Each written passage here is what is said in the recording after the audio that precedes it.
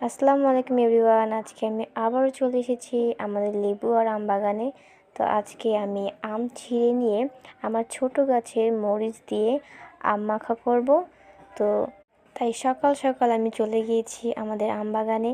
তো প্রচুর আম হয়েছে, সব গাছে আম হয়েছে। তো এবছর আম মাখা খাওয়া হয়নি, তাই কয়েকটা আম ছিঁড়ে নিয়েছি আমি। আম ছিঁড়ে আমার ছোট গাছের মরিচ দিয়ে মাখা করব, এই জন্যই আমি এসেছি। তারপর যাওয়ার সময় আমি দুইটা লেবু পেড়ে এনেছি, কারণ লেবু দুটো বড় হয়ে গিয়েছে। তারপর বাড়িতে এনে ভালো করে পানি দিয়ে ধুয়ে নিয়েছি। তারপর দৌড়ে চলে গিয়েছি মরিচ আনার জন্য আমার ছোটো গাছের। তারপর 3টা মরিচ এনেছি। তারপর কতগুলো ঘরের থেকে অ্যাড করে তারপর ধুয়ে কেটে নিয়েছি। তারপর কাটার পর সেগুলোকে নুন দিয়ে ভালো করে আমি মাখিয়ে নিয়েছি। আমি অতটাও পারি না বানাতে, তারপরও আমি চেষ্টা করেছি আমি এর থেকে ভালো মাখা করতে পারি।